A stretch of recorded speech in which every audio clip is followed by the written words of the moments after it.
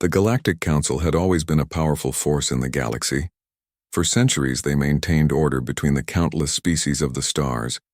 They were the law, the final word in all matters, and no one dared challenge them. But that was before humanity entered the fold. At first, humans were just another new species on the galactic stage, eager to learn, trade, and explore. Earth's representatives were smart, humble, and diplomatic.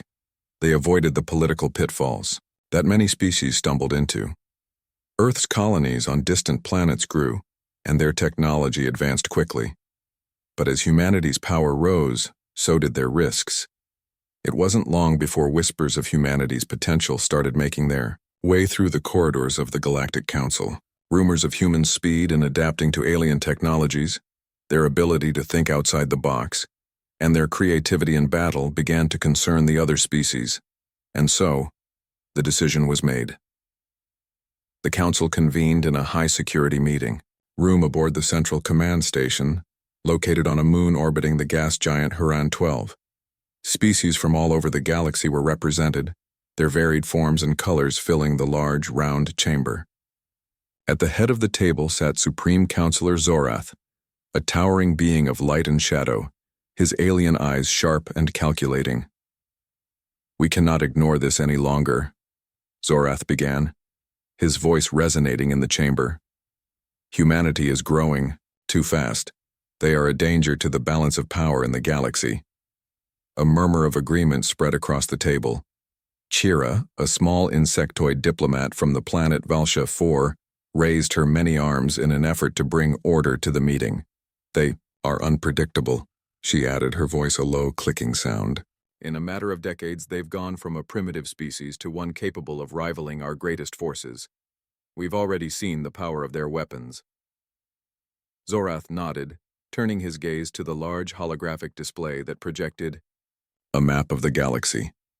Several human colonies were marked in bright red, each one growing quickly, expanding into territories the Council had once considered their own.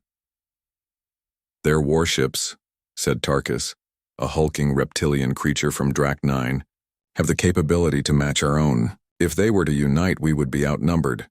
We cannot let that happen." The atmosphere in the room grew tense. Species from across the galaxy exchanged nervous glances.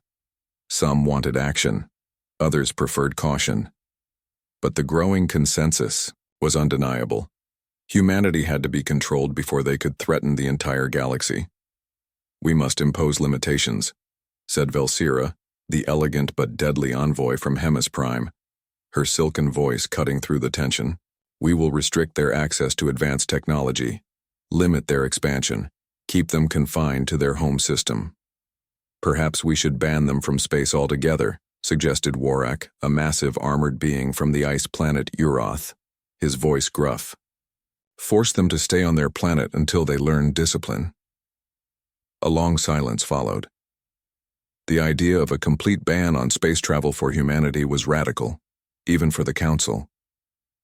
Yet, as the room fell into quiet deliberation, the sense of urgency became undeniable.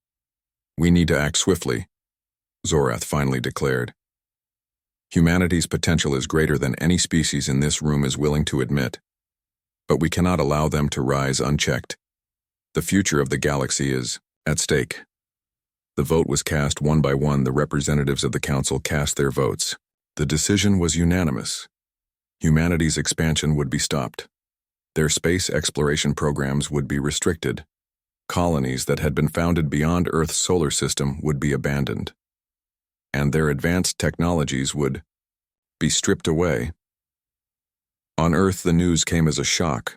President Lena Harrow stood before the holographic display in her office, her face pale as the message from the Galactic Council flickered before her. It was a simple message, stern and cold. Humanity is to cease all expansion beyond the Sol system. No new colonies. No further technological advancements beyond the current level. Compliance will be monitored. Lena felt the weight of the message settle in her chest like a stone. She had known that the Council's influence was vast, but she had never imagined that humanity's rise would be met with such harsh action. The message was clear. Humanity had become a threat in their eyes, but Lena was not one to back down easily. She looked to the holographic map of Earth's colonies, Olympia, Vega 9, and Talon Reach, each one growing rapidly in population and resources. She had spent years working with the Council, believing that mutual respect and understanding would lead to peaceful cooperation. Now it seemed that path was closed. "We can't just sit back and accept this," she muttered under her breath. Her advisors watched in silence, waiting for her next move. But Lena was already thinking ahead. This wasn't just about saving Earth. It was about showing the Council that humanity could not be so easily controlled. In the cold vacuum of space, the message had already begun to spread.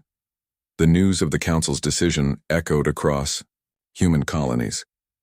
Some tried to resist, refusing to accept the Council's edict. Others panicked, unsure of what this meant for their futures. And some, like Captain Bryn, were already planning. Bryn had commanded a fleet of human warships on the frontier. He had fought in battles against pirates, defending humanity's fledgling colonies. But now he was preparing for a war unlike any he had ever known. The stakes were higher than before. This wasn't just a battle for resources or power. It was a battle for humanity's place in the galaxy. "They've made a mistake," Bryn said, standing on the bridge of his warship, Valor's Edge. "They've underestimated us." The countdown began. Humanity wasn't going to sit quietly while the Council decided their fate. The human colonies on the edge of known space had always been a mix of hope and hardship, but now they were something more, a beacon of resistance. Among them was Thorn's Reach, a remote colony located on a barren moon in the Scifi system. With limited resources and no official military support, the settlers here had learned to survive through sheer ingenuity. It was a place where every piece of equipment had a second life, and every person had a role to play in making the colony thrive. Captain Bryn had spent the past few years here teaching the settlers how to defend themselves. He had been stationed here after a long and dangerous campaign at the frontier. He knew the reality. The Galactic Council didn't care about the struggles of small colonies like Thorn's Reach. They only saw numbers and power. So, when the news came, when the message from the Council flashed across the screens of every human colony, including Thorn's Reach, it did not come as a surprise. It was expected, inevitable even. Humanity's success had made the Council uneasy, and now the hammer was falling. But what did surprise Captain Bryn was the reaction of the people here. There was no panic, no fear. Instead, there was defiance. Bryn stood on the balcony of the colony's main command center, his sharp eyes scanning the horizon. The barren landscape stretched out before him, but he wasn't thinking about the dust and rocks. He was thinking about what came next. The message from Earth's leaders had been clear. Humanity had to act. The Council had crossed a line, and it was time to respond. "Captain, the communications arrays are ready," said Lieutenant Hannah, a young officer who had joined Bryn's crew when the warship Valor's Edge had passed through the system. She was dressed in a simple, worn uniform, the kind common in outposts like Thorn's Reach, but her eyes burned with purpose. "Good," Bryn replied, turning to face her. "Let's make sure the message goes out to every human colony in the system. The Council needs to know that we're not going to stand by." Hannah nodded. The network of human colonies may have been vast, but their connections had always been fragile.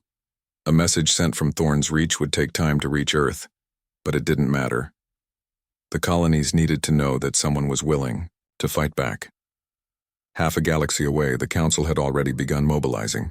Their message was simple. Humanity was to cease all expansion beyond Earth's solar system. Their technologies, once shared in the spirit of mutual advancement, were now to be locked away. On Valsha 4, Kira, the insectoid diplomat who had raised the alarm at the Council meeting, looked at the holographic reports. The human rebellion was small, isolated. She didn't believe it would last. After all, who could stand against the combined might of the Council's fleets? But something about the reports gnawed at her. She had seen the way the humans had organized, the speed with which they'd fought back. The reports from Thorn's Reach spoke of stolen ships, of weapons turned into devices of war. She clicked a button, bringing up a live feed from Earth. The president's office was full of discussions, but there was no fear, only resolve. Lena Harrow's face was set, her jaw firm. She wasn't going to back down either. Kira closed the feed. It wasn't just the humans' defiance that was troubling, it was their confidence. She had seen it before, in species who had survived under the harshest conditions. The will to fight, to survive against impossible odds. She didn't think humanity would win, but she wasn't so sure anymore that they would lose easily. Back at Thorn's Reach, Bryn and his team were making their final preparations. The human, ships that had once been a part of the fleet were now in the hands of the colonists. Salvaged and repurposed, these ships were no longer the sleek, well-maintained warships of the Council's fleets. They were patched together, but they were also a testament to humanity's ability to adapt. A fleet of scavenged vessels wasn't much, but it was enough for Bryn. "Captain, we've got a signal coming through," said Commander Jaska, a former mechanic turned communications officer, as he adjusted the controls. "It's a transmission from Vega 9. "Patch it through," Bryn said, standing to his feet. The screen flickered to life, revealing a woman dressed in the garb of a colony leader. Commander Leah Renner, the head of the Vega 9 settlement, appeared on screen. Her face was filled with concern, but also determination. "Bryn," she said, her voice steady. "We've heard the news, and we've seen your message. We're with you. Whatever happens, humanity is not going down without a fight." Bryn's heart swelled. The people of Vega 9 were some of the toughest colonists in the galaxy, but even they hadn't expected a full-scale rebellion. Yet here they were, standing beside him. "We can't fight the Council alone," Bryn replied. "But together, we might just have a chance." Renner nodded. "We've already started mobilizing. There's a lot of support here. On the fringes, they see this as their fight too. We'll send what we can, every ship we have." "Good," Bryn said, a grim smile crossing his face. "We've got the Council's attention now. It's time they learned something about humanity." As the communication ended, Bryn turned to his team. They had already prepared the defenses, the hidden weapons caches, and the makeshift fleets of scavenged ships. It was far from ideal, but it was enough. It was more than enough. "I want everyone ready to move," Bryn ordered, his voice cutting through the tension. "We don't have much time. The Council will come for us, and when they do, we'll be waiting." The final preparations were quick, each movement practiced. The people of Thorn's Reach weren't soldiers by nature, but they had become something more in the last few days. They were a force. And as the makeshift fleet gathered, ready to fight for their very survival, they knew they weren't just fighting for their own lives. They were fighting for all of humanity. They were fighting for freedom. As the ships launched into space, the first salvo of defiance had been fired. Humanity had been pushed too far, and now they were going to push back. The Council may have thought they could control the galaxy, but they hadn't counted on one thing: humanity's ability to fight, to survive, and to rise when all seemed lost. Thorn's Reach had lit the spark, and now the flames of rebellion were spreading. One colony at a time, the Council's control was slipping away. The galaxy had always been a place of complex politics, intricate alliances, and carefully maintained power balances. But now, as the human colonies began their quiet resistance, the stability the Galactic Council had spent centuries building was unraveling. In the shadows of the stars, humanity was fighting a war that no one had seen coming. The humans had learned how to operate in the dark. They didn't have the fleets, the resources, or the advanced technology the Council possessed.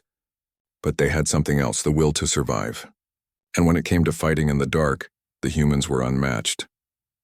The Ghost Fleets, a name that soon spread like wildfire across Council space, were not fleets at all. They were small groups of human ships, mostly scavenged or repurposed, vessels that had become expert at hiding in the vastness of space.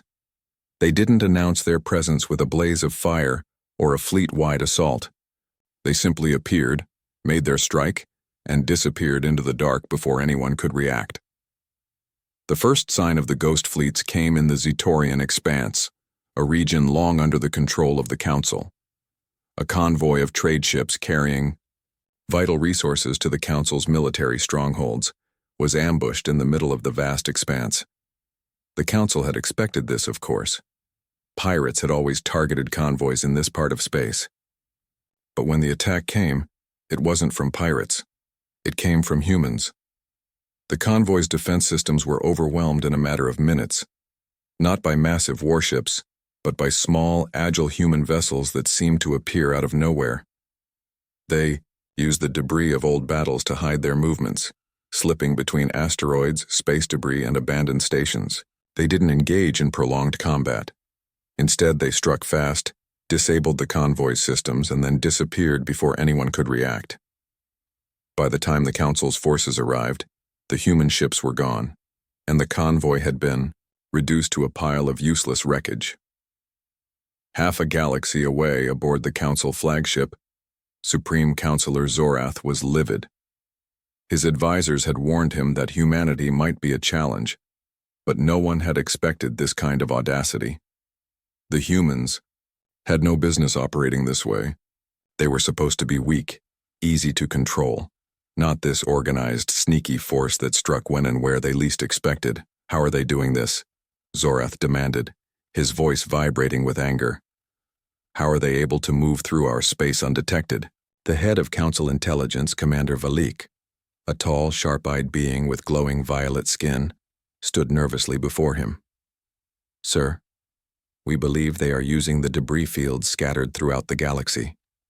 Old battleships, broken space, stations, places where our scanners can't detect them properly. They are exploiting every blind spot in our sensors. Then fix it, Zorath shouted, slamming his fist on the table. We need to stop this madness before it spreads further. On the surface of Thorn's Reach, Captain Bryn was watching the unfolding events from the command center. The human colonies had come together in ways he hadn't expected.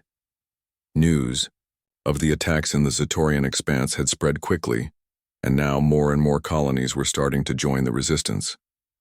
We did it, Bryn muttered to himself, staring at the live feed from the battle in the expanse. We made them notice us. His voice was calm, but there was a fire in his eyes. Humanity wasn't playing the Council's game anymore. They were rewriting the rules. We're not alone in this fight, said Lieutenant Hannah, standing beside him. Vega 9 sent reinforcements and more are on the way. We've got ships ready for a larger strike. Bryn nodded. We'll need them. The Council will retaliate. When they come for us, we have to be ready. Far out in the Drac 9 system, where an old Council fleet base had once been established, the ghost fleets gathered in secret. These were not the massive warships of the Council, but rather a ragtag group of human vessels, mostly converted freighters and mining ships. They were bound together by the singular purpose of taking down the Council. All right, people, Bryn said over the comms, addressing his crew aboard the Valor's Edge. We've made our mark, but it's only the beginning. We're going to hit them where it hurts, by cutting off their supply lines. The plan was simple but dangerous. The ghost fleets would split into smaller groups, each one targeting weak points in the Council's vast infrastructure. One group would take down supply convoys, another would disable surveillance stations, and a third would sabotage military outposts. The key was never to stay in one place for too long. In the cold, dark void of space, the humans could move faster and more unpredictably than the Council could. Bryn's mind was focused, calculating each move. He knew the risks. If the Council found their ships, they would be destroyed without hesitation. But if they succeeded, if the ghost fleets could continue their hit-and-run tactics, they could cripple the Council's hold over the galaxy. Back at Council headquarters, Commander Valik was pacing nervously. The reports of human attacks were flooding in, each one more audacious than the last. This was no longer just about small skirmishes or isolated incidents. This was a war. There's something strange about these humans, Valik muttered to himself. They fight differently, think differently. They're not like the other species we've fought. His mind raced as he remembered the words spoken by Kira during the Council's meeting weeks ago. They are unpredictable. Valik could no longer dismiss those words. Humanity was unpredictable, yes, but they were also resourceful, clever, and they had a fire that no other species seemed to possess.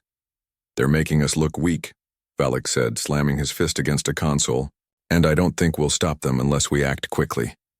The small victories kept piling up. From the edges of council space to the farthest reaches of human colonies, the ghost fleets continued to strike. Silently, swiftly, and without mercy. The resistance was growing, and with each new attack, the Council's hold over the galaxy began to slip further and further away. Humanity had proven something that no one had expected. They were not just survivors. They were fighters. And the ghost fleets were only the beginning. The Council's calm was starting to crack. The ghost fleets, as they had been called, were no longer just a rumor. They were a serious threat, and with each passing day, the human resistance grew stronger. The Council's powerful fleets, once thought to be the ultimate force in the galaxy, were now on the defensive, unable to predict where the next strike would come from. Supreme Counselor Zorath stared out of the observation window aboard the Carcon, the flagship of the Council's military arm. The stars glittered beyond, a peaceful sight. But inside, the atmosphere was anything but calm. He had expected the human rebellion to fizzle out, to be crushed under the weight of the Council's superior forces. But he was wrong. "Another attack, sir," said Commander Valak, stepping forward with a tablet in hand. The human forces struck again, a convoy in the Ion Reach system. They disabled all our systems in under 10 minutes. Zorath's gaze remained fixed on the stars, though his mind was racing. "How is it possible?" he muttered. "We have the best technology in the galaxy. Their ships are nothing but scrap." Commander Valak hesitated, his own doubts creeping in. "They've learned how to strike without being detected. They're using our blind spots against us. Our fleets are stretched thin." Zorath clenched his fists. The Council had underestimated humanity, and now the situation was spiraling, out of control. Back in the Seraphius system, Captain Bryn watched as the news of the attack spread through the human colonies. His eyes were filled with a mix of pride and concern. The strike had been successful, but it was just the beginning. The ghost fleets had become a symbol of defiance. What started with a handful of ships from Thorn's Reach had grown into a network of small but well-organized resistance cells. The human colonies were no longer isolated. They were connected, united by a common cause. "Captain," said Lieutenant Hannah, approaching with a tablet in hand, "we've intercepted a transmission from the Council. They're starting to panic. They're reorganizing their fleets. This could get worse." Bryn nodded grimly. He had expected this. The Council had the resources to retaliate, and now that humanity had proven it could strike at their heart, the Council wouldn't hold back. "We can't stop now," Bryn said, his voice steady. "We've got their attention, but we need to hit them harder. We need to make them feel it." He turned to his crew, all eyes on him. They were ready. They had been through this before. Small, calculated attacks, always moving fast, always staying hidden. But Bryn knew they needed to do more than just strike and retreat. The time had come to escalate. "We're going to hit a critical target," he announced. "Something the Council can't afford to lose. If we cripple their military supply chains, they won't be able to retaliate. We'll hit them where it hurts." Far across the galaxy, in the heart of Council space, the Galactic Council convened once again. Zorath's anger was barely contained as he addressed the gathering. "We've allowed this rebellion to go on for far too long," he said, his voice cold and commanding. "We've underestimated the humans, but we will not make that mistake again." The representatives from the various species of the Council shifted uncomfortably. The human resistance had become more than a mere nuisance. It was a full-scale rebellion, and every day that passed brought humanity closer to breaking the Council's control over the galaxy. "We've heard their message," said Velsira, the envoy from Hemis Prime, her voice as smooth and calm as ever. "But we cannot allow them to continue. Their defiance will lead to chaos. The entire structure of the galaxy will fall apart." Zorath's gaze hardened. "We will send a message to them. If they will not comply, then they will pay the price." Back on Thorn's Reach, Bryn and his team were finalizing their plan. They had identified the target, the Zetar-6 military depot, one of the largest weapons storage and supply bases for the Council's forces. Located in a remote sector, it was a critical link in the Council's war efforts. If they could destroy it, the Council would be crippled. This is it, Bryn said to his team, gathered around a large holographic map of the depot. If we can take out Zetar-6, we'll force the Council to shift their resources away from their offensive and focus on defense. We'll buy the colonies more time to organize. But the plan was dangerous. Zetar-6 was well guarded and the humans didn't have the same kind of military might as the Council. They were going to have to use their wits to infiltrate the heavily fortified base and disable its critical systems. We have one shot at this, Bryn said. We can't afford any mistakes. As the days passed, the resistance grew bolder. Ships began arriving from Vega 9, Olympia, and other human colonies that had once been silent but were now joining the fight. Each colony contributed what it could: ships, weapons, supplies, and most importantly, people. Bryn's crew was no longer just a group of colonists defending their home.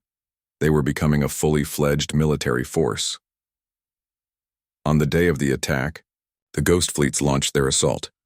Everything is set, Bryn said, his voice calm but with a hint of excitement. This is our moment. We hit Zetar-6, disable its systems, and then we vanish. We can't stay too long or the Council will catch on. The first wave of ships blasted out of Thorn's Reach, their engines firing at full power. The attack began. The battle was swift. The humans were fast, using the terrain of the asteroid field near Zetar-6 to their advantage. They swooped in, targeting key areas of the base: communications, power generation, weapons storage. They hit hard and fast, leaving the Council's defenses scrambling. From the command center aboard the Valor's Edge, Bryn watched as the plan unfolded. It wasn't flawless. There were unexpected challenges, close calls, and narrow escapes. But one by one, the human ships disabled the systems of Zetar-6, crippling its ability to respond. We've done it, Bryn breathed, as the final transmission came through. Zetar-6 is down. The message went out across the galaxy. The Council was vulnerable. Humanity had struck a decisive blow, one they couldn't ignore. But it wasn't just the destruction of a military depot. It was a message. Humanity was no longer the weak species trying to earn its place. They had proven themselves. The Council had crossed a line and humanity had erased it. The message had been received. From the farthest reaches of Council space to the core systems, the word spread like wildfire. Humanity was not backing down. The destruction of Zetar-6, the Council's critical military depot, had been a shockwave across the galaxy, and its impact was felt far beyond the immediate damage. The very heart of the Galactic Council was starting to tremble. Supreme Counselor Zorath stood at the head of the grand war table aboard the Carcon, his mind clouded with frustration.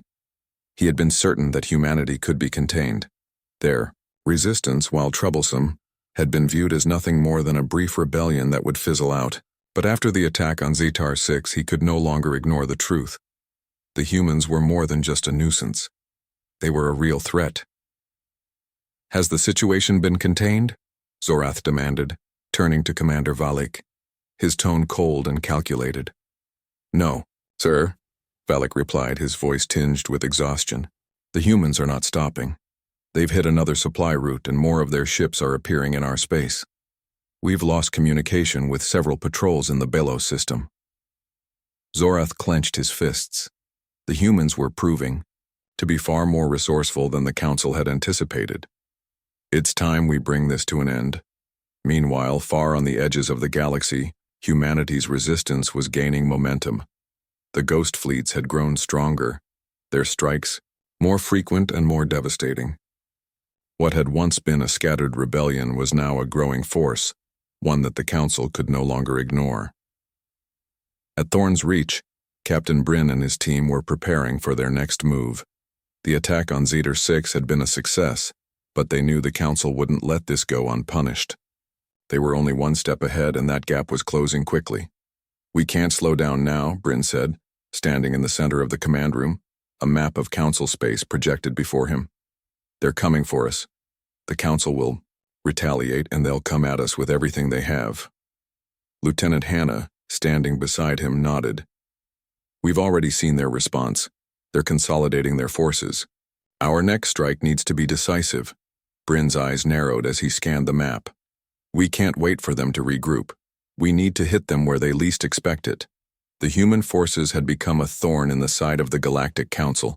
But even with all their success, they were still a long way from winning the war. The Council had underestimated them, but the humans knew better than to underestimate their enemies. The Council's resources were vast, and their power had been built over centuries. The struggle would be long, but humanity was determined. Back on Earth, President Lena Harrow paced the length of her office. She had received the report of Zedar 6's destruction hours ago. Her first thought was of pride, but then came the weight of reality.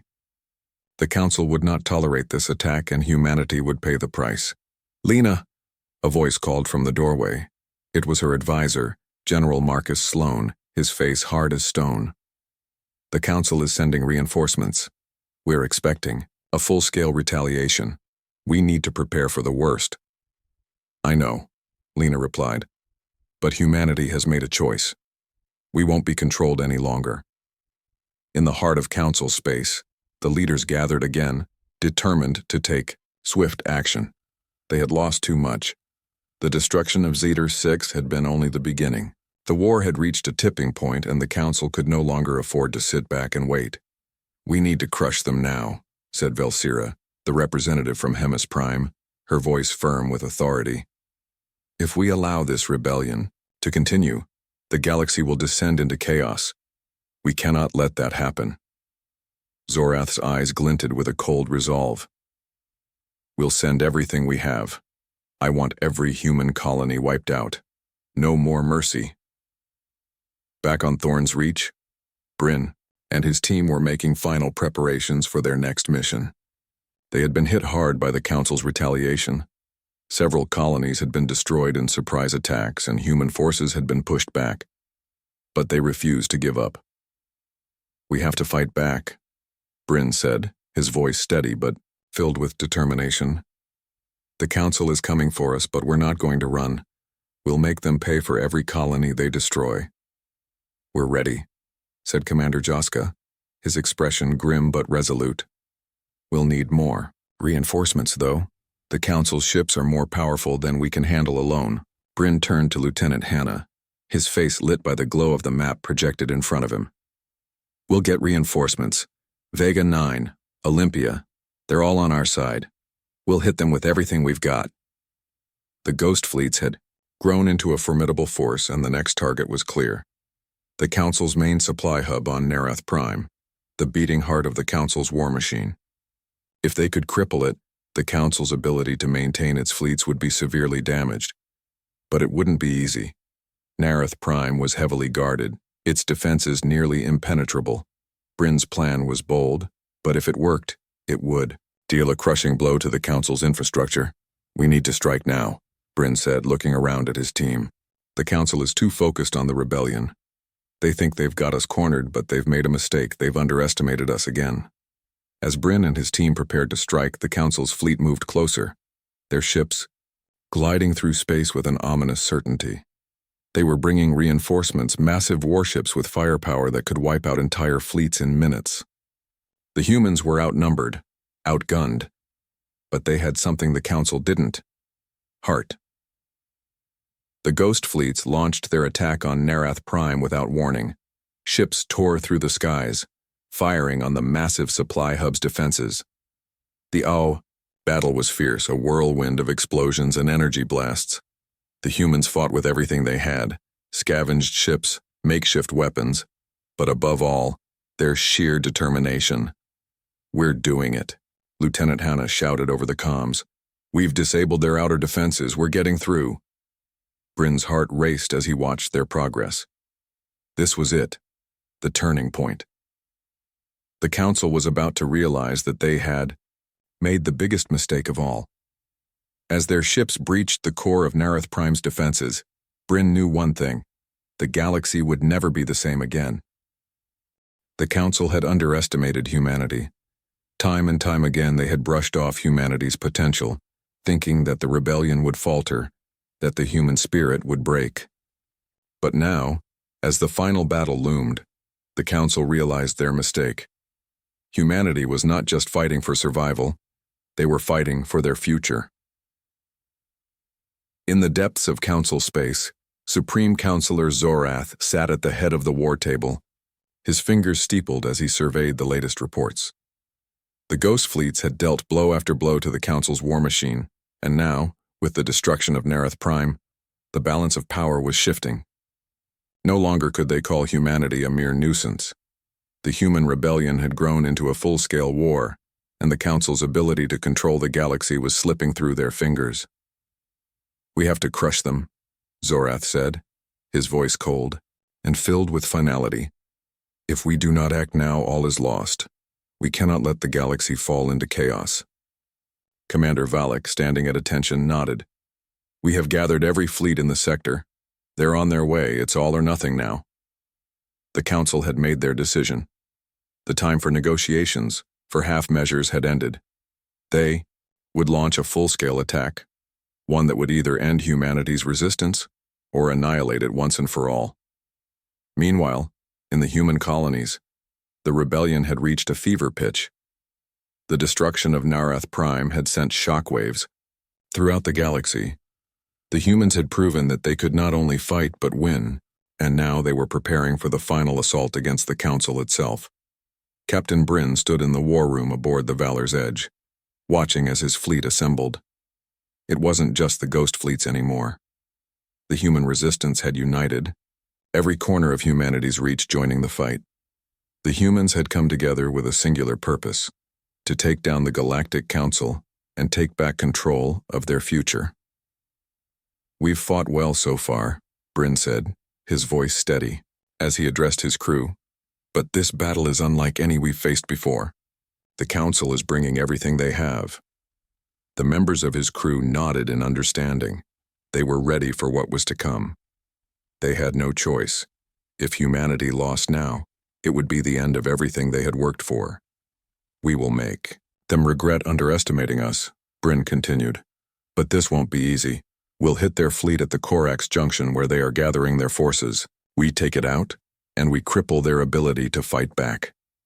It's our chance to end this war." In the heart of the Council's flagship, Zorath gazed out the viewport at the approaching human fleet. The vastness of space stretched out before them, and for the first time, Zorath's confidence wavered. The humans had proven themselves more than capable. They had broken through the Council's defenses, crippled vital systems, and destroyed one of their most critical supply depots. It was no longer a matter of suppressing an uprising. It was a full-scale war, and Zorath knew they could not afford to lose. "Prepare the fleet," he ordered, his voice sharp. "Deploy everything. We will finish this."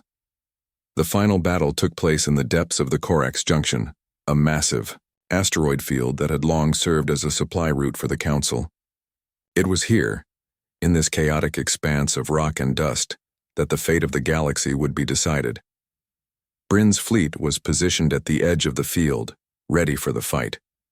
The human ships, though less advanced, were fast and nimble, their crews united in their purpose. They knew that they were up against overwhelming odds, but they also knew that they had something the Council didn't: the will to win. "This is it," Bryn said to his crew. "We hit them hard, fast, and we don't stop until they're broken." The battle began without warning. The Council fleet surged forward, massive warships cutting through the asteroid field with precision. But the humans were ready. They attacked in waves, their ships darting in and out of the field, using the terrain to their advantage. "Keep moving," Bryn shouted as their ships evaded the first wave of Council fire. "Don't let them pin us down." The clash of the two forces was deafening. Explosions lit up the space around them, and the sky above Corax Junction became a storm of blinding energy and debris. The human fleet fought with everything they had. Every ship was a testament to humanity's ingenuity. They were outnumbered, but they had the edge in agility and speed. Amid the chaos, Bryn's ship, the Valor's Edge, cut through the battle, heading straight for the Council flagship, the Carcon. The mission was clear: destroy the heart of the Council's command and the rest of the fleet would crumble. Bryn's hands gripped the controls tightly as he led his crew through the intense firefight. We're almost there. Hold on.